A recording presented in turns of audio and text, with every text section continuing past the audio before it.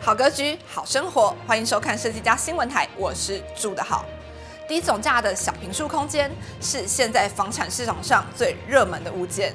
但许多购买小坪数预售屋的屋主，交屋后会遇到大梁横亘，让空间感受更为压迫的问题。这种结构状况呢，是无法靠敲墙解决的。设计师要怎么处理呢？在正式开始前，帮大家整理一下今天的节目重点。我们会先来了解大梁横跨整个家这种状况要怎么处理。再来，我们将看到2个小坪数的案例。第一个17坪的预售屋，屋主为了餐桌要如何摆放，非常的苦恼，同时没有玄关区域，要怎么规划呢？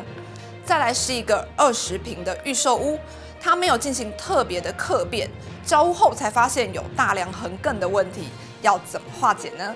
今天我们将邀请到宇臻设计的吕祥珍设计师来做个说明及介绍，欢迎设计师。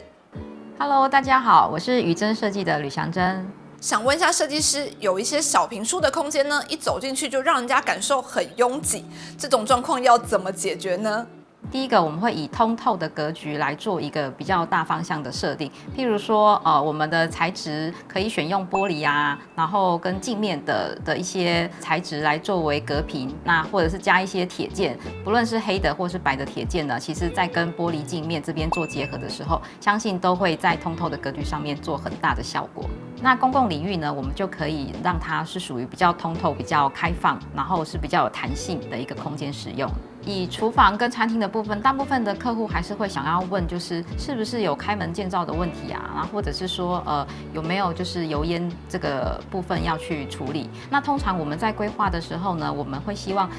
厨房会有2种模式，第一种是重油污使用的模式，那第2种是轻油污使用的模式。那前者呢，就会比较需要使用门片、墙面来遮挡；那后者呢，我们就可以利用，譬如说，中岛的部分呢，来做2边的一个平衡处理，这样子。再来呢，就是我们会比较希望呢，虽然一样是小空间，但是希望它还是能够把公司领域可以分开来。如果我们买了小坪数的预售屋，交屋后才发现空间中有大梁横亘，这种状况该怎么办呢？好，那像这类的空间呢，我们大部分就会透过就是天花板的特殊处理，或者是说不同的材质来让空间是有层次感的。除此之外呢，我们也可以让梁下呢能够多做一些就是储藏或是收纳的空间，来就是降低我们梁的一个重量这样子。那紧接着我们来看到2个实际的案例。第一个是17坪的预售屋，想问一下设计师，这个案子在原始屋况上有什么问题呢？以这17坪的一个空间来说，当初我们在看它的预售屋出来的配置图的时候，我们有发现几个点。那第一个点呢是它并没有玄关的空间，然后再来就是呢，当我们把餐厅跟储藏空间配置进去的时候呢，我们会发现它的格局上面其实是不 OK 的。后来交屋的时候呢，就是我们发现它天花板上面呢有非常多的梁，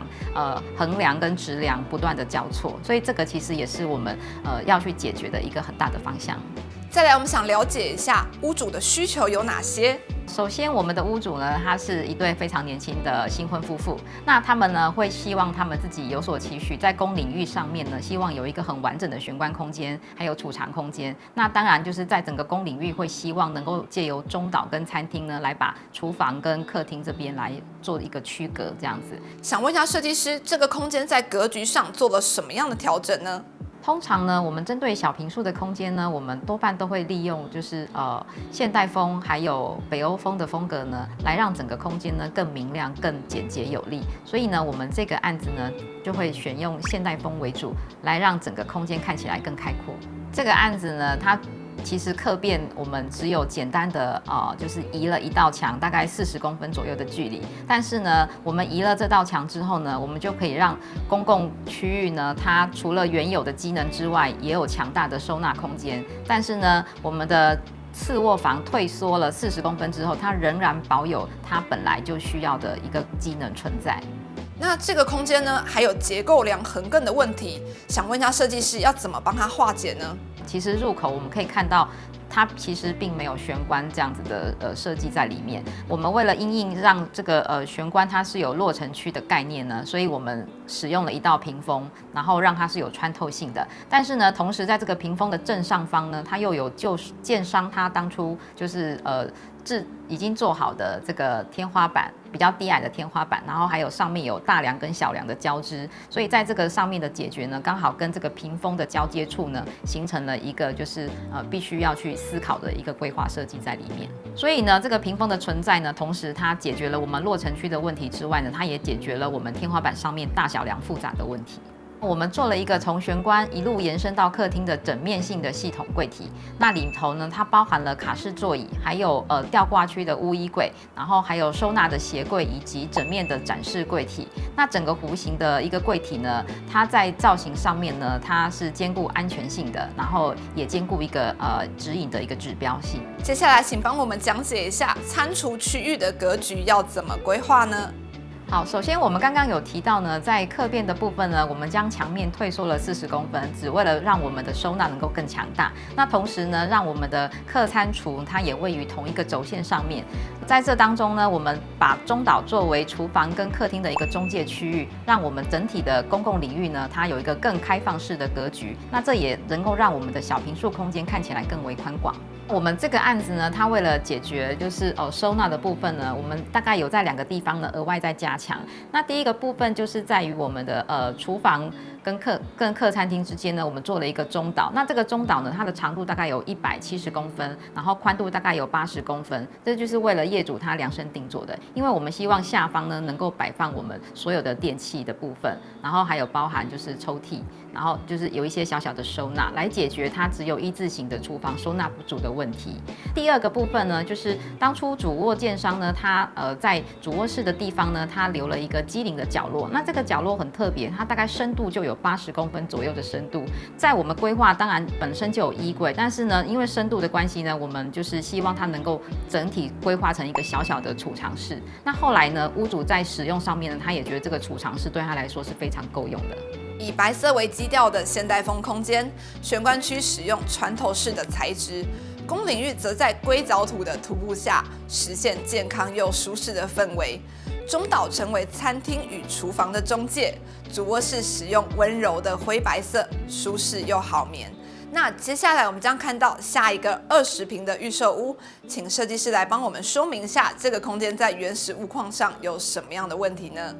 这个空间呢，它大概有3个问题。第一个问题，它是属于单面采光的部分。然后第二个呢，它一开门呢，就有一根很大的横梁呢，在客厅这个地方。那再来呢，就是它的厨房呢，刚好在我们整个空间领域的正中间。那接下来想问一下，这个空间的屋主需求有哪些呢？首先，我们的屋主呢，他是非常年轻的新婚夫妇，然后呢，他们的需求是第一个，他们2个要有各自独立的一个独处的空间，再来呢，就是要有足够的收纳量，然后还有一个就是能够收纳很多行李箱的大储藏空间，再来就是入口处的那一根大梁，它需要被解决，以及厨房空间需要有一个烘焙料理的工作台面。这个空间的照片看起来很有个人特质，想问一下设计师在格局规划上是怎么样帮他们做规划的呢？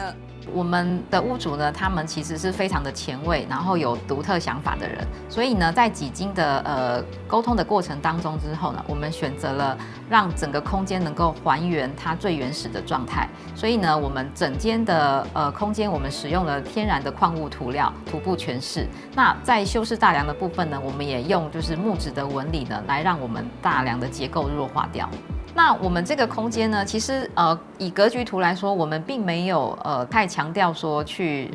变更它的整体的格局。那因为前面有说到，它其实是属于单面采光的部分，所以我们会希望让每一个区域、每一个空间，它都能够保有采光的部分。因此，我们在这整个空间当中呢，我们只加了一个中岛的区域来做一个区隔而已。在图片上看到中岛厨房是这个家的中心，想问一下设计师怎么样设计及规划？那我们当初在跟屋主这边沟通的时候呢，他们一直认为中岛是他们生活上面的核心。那不论就是平日或者是假日呢，那都会是他们就是时时刻刻会想要使用的一个空间。所以呢，我们把中岛当作为他们的一个生活中心领域。那这个中岛呢，它不阻挡采光，它同时呢也化解了开门见灶的格局。那因此它也创造了多元的一个使用方式。我们可以看到呢，其实我们整个空间它的天花板原始高度它其实并没有很高。那所以呢，我们也没有在公共空间里面呢去重新再做天花板，让它维持原来的直接裸露的方式。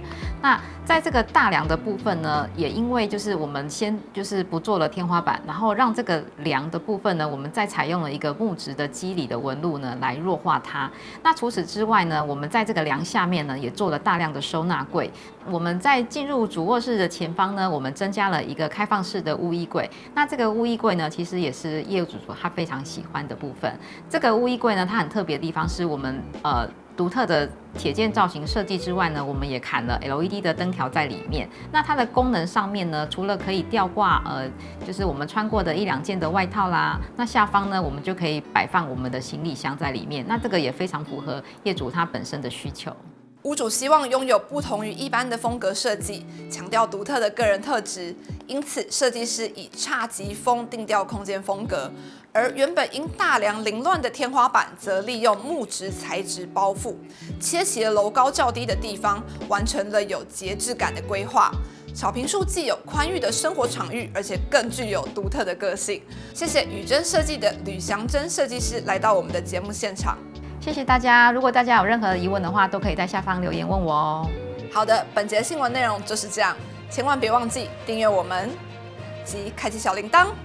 我是住得好设计家新闻台，下次见。